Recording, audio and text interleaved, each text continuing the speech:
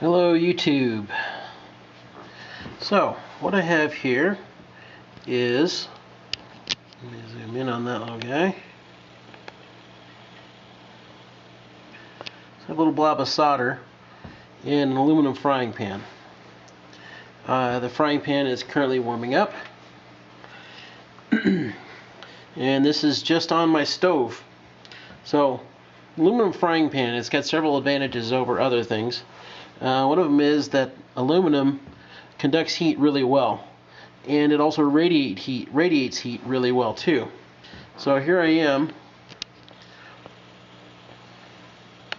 this old crappy frying pan, and the whole entire rim here acts like a big radiator.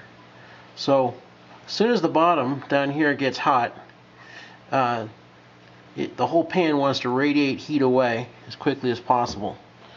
The great thing about that is that I can't get things regulated, or I can't get things wildly out of hand, I should say, because the pan only wants to radiate heat away. So things stay nice and regulated as long as I don't get my burner heat up too high. So I want to give you a way to figure out how to reflow LEDs without needing to know what the temperature is that you're doing it at. So here I have this blob of solder. It is starting to get liquid. So I've had the burner on for a minute or so, and I know that I've got this thing turned up a little bit high, so I'm going to turn it down a little bit, just because I've done this before.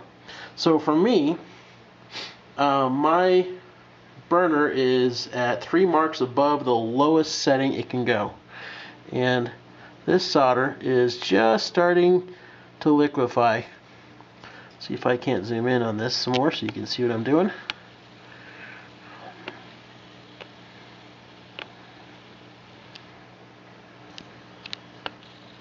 Yeah, of course. Come on, camera. Focus. Okay, there we go. So now it is just slightly clumpy. Almost liquefied. So I'm going to turn this thing up just a little tiny bit. So now I'm at about 3 marks, or 3.5 marks rather, and the solder is nearly liquid. So I'm going to turn it up just, well, actually I'm going to leave it there for a minute because the pan needs to warm up. There's always a slight delay between when you turn up the temperature and when you actually get results. Now I'm going to put a little bit of flux on here. See how she cleans up. Yeah. So the solder is still just a tiny bit clumpy. Not quite liquid. You want it to move fully liquid. So anyway, there we go. Now it's liquid. Yeah. That's perfect right there. So here I am, just slightly shy for my lowest setting, 1, 2, 3, 4, just slightly shy of the 4th mark on my burner. Yours is going to vary. That's not the important detail. What matters is that you can take a little blob of solder, and it is fully liquid, and just barely fully liquid. You want it so that it doesn't clump.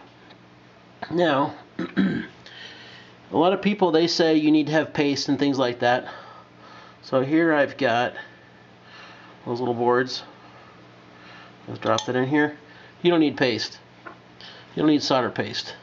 I'm going to flow this thing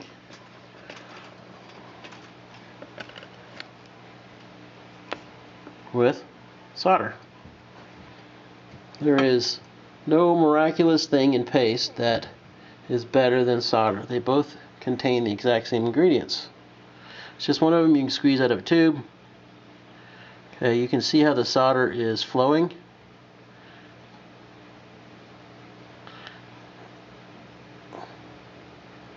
That's it. Now that I have liquid solder on there, now I can drop an LED on that little bad boy, and she's ready to go. Alright, so next thing is I have 4 little stars here that I've already done. Problem is I did them backwards.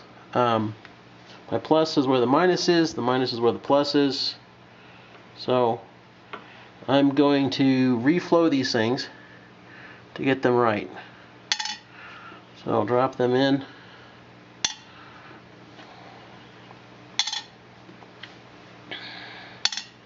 And of course the camera is not focusing, so let me pull out a little bit. There we go. Okay. So the first thing I want to do, these all oriented the same way, so that as they reflow and I turn the LEDs around, they're going to be all pointing in the same direction. Okay. So I've already soldered these things up, and yeah, my stars are starting to warm up. You can't see it on the camera, I'm sure, but there we go. So my solder was clumping just a second ago on each one of the stars. Now I'm going to take the LED. Yeah, it's starting to come loose. There we go. Turn that bad boy around. Like that. There we go. Give a little bump. That one's in place.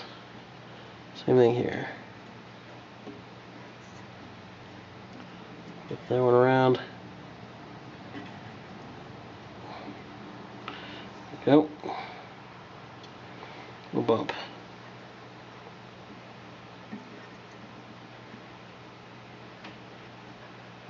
There we go. And one more.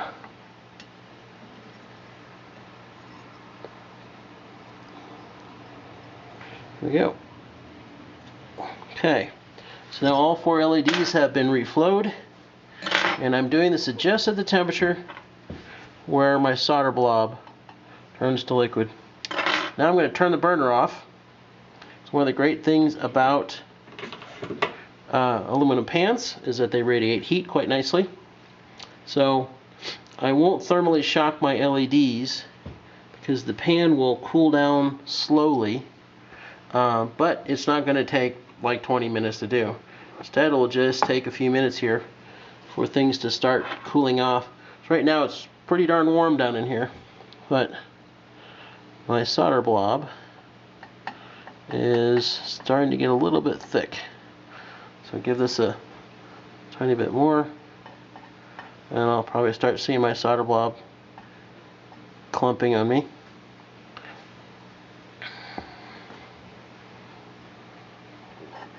Yep, there we go. Solder blob is getting a little bit clumpy now. And you can see how it's, there we go. See, now it's not liquid anymore. It's kind of in a semi-liquid state.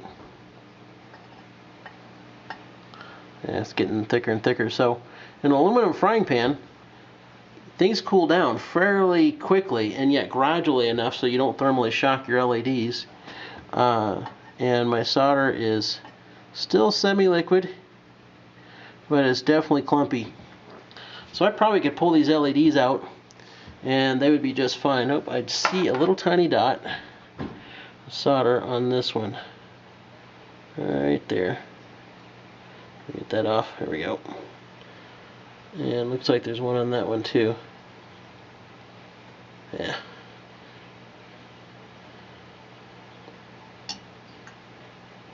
Yeah, a little tiny speck right there. This is not